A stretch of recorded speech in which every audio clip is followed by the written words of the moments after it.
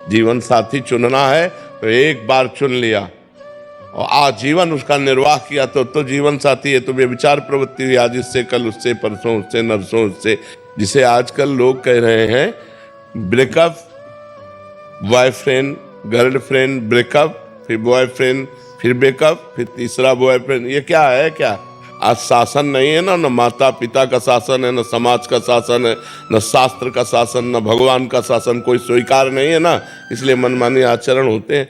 मनमानी आचरण करने का अधिकार किसने दिया तुमको? या एक बार पाणी ग्रहण किया तो आजीवन निर्वाह किया?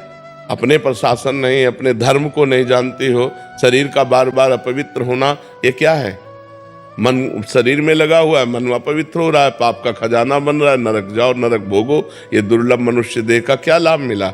आजकल यही प्रवृत्ति चल रही, तुम्हारी बात नहीं बच्चा, ये आजकल प्रवृत्ति यही चल रही है, ये कोई मतलब नई बात नहीं, यही प्रवृत्ति चल रही है। भगवान का नाम जप करो, जो संयम से रहो।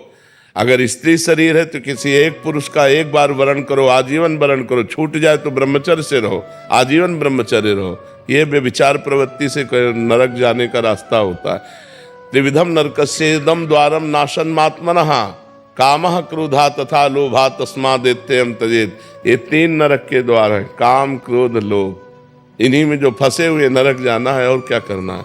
नरक की प्रवृत्ति करनी, भूल नहीं पाते। तुम्हें घृणा हो जानी चाहिए कि जिसके लिए मैंने शरीर समर्पित किया वो आदमी मेरा हो नहीं हुआ तो वो भूलने योग्य है, वो घृणा करने योग्य है।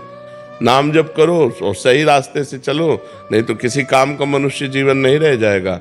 हम कहते हैं दोस्ती करना पाप नहीं है, कोई भी किसी से भी दोस्ती करो, लेकिन दोस्ती गंदगी करना पाप है, व्यभिचार करना पाप है। ये क्यों करते हो? अगर आपको दोस्ती पक्की तो आजीवन निर्वाह करो, माता पिता का आशीर्वाद लो, देवताओं का अर्चन बंदन करो, ब्याह करो, एक साथ रहो, कोई बात नहीं, आजीवन रहो। ये क्या है? इससे बेविचार, उससे बेविचार, उससे बेविचार, तो किसी का शासन नहीं होता, इसीलिए मनमानी आचरण होते। कोई तुम्हारी बहुत अवस्था है क्या? ये मनमानी आचरणों से क्या होगा? अपने जीवन को खोखला करके नरक जाओ, नरक का रास्ता पुष्ट करो। इसलिए बच्चा सावधान, नाम जप करो और सावधान रहो और भगवान का आश्रय लेकर के धर्म पूर्वक जीवन व्यतीत करो। मनुष्य जीवन ये दिव्य मिला है, इससे भगवान की दिव्यता प्राप्त करो। अब हम कहते हैं ठीक है, गृहस्थ में जाना है, गृहस्थ में जाइए, लेकिन किसी एक पुरुष का ऐसा वर्णन करो।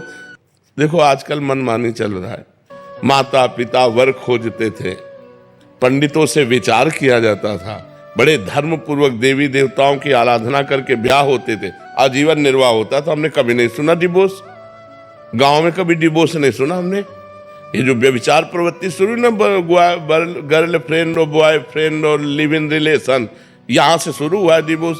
नहीं, हमने कभी डिवोर्स नहीं सुना। आजीवन निर्वाह, क्योंकि माता पिता ने किया, देवी देवताओं का पूजन करके, शास्त्र के पंडित के अनुसार अग्नि के फेरे लेकर, तब कहीं वो धर्म से चलो। इस तरह के मनमानी आचरण कोई भी मत करो, नहीं तो पछताना पड़ेगा।